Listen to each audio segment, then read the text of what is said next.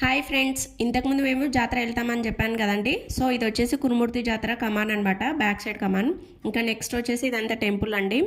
So ఇంకా ఉద్దాలో వచ్చే టైంకి చాలా టైం అయితే పడుతుందండి. సో 7:30 8 అలా టైం అయిందనమాట.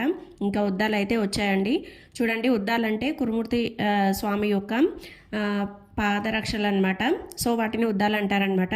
ఇలా ఈ విధంగా ఒక ట్రాక్టర్లో అయితే పెట్టుకొని వస్తారనమాట. ఒక పెద్ద చాటా ఉంటుంది. సో అందులో అయితే ఉద్దలు అయితే పెట్టుకొని ఇలా ఒక 3-5 రౌండ్స్ అలా అయితే వేస్తారండి.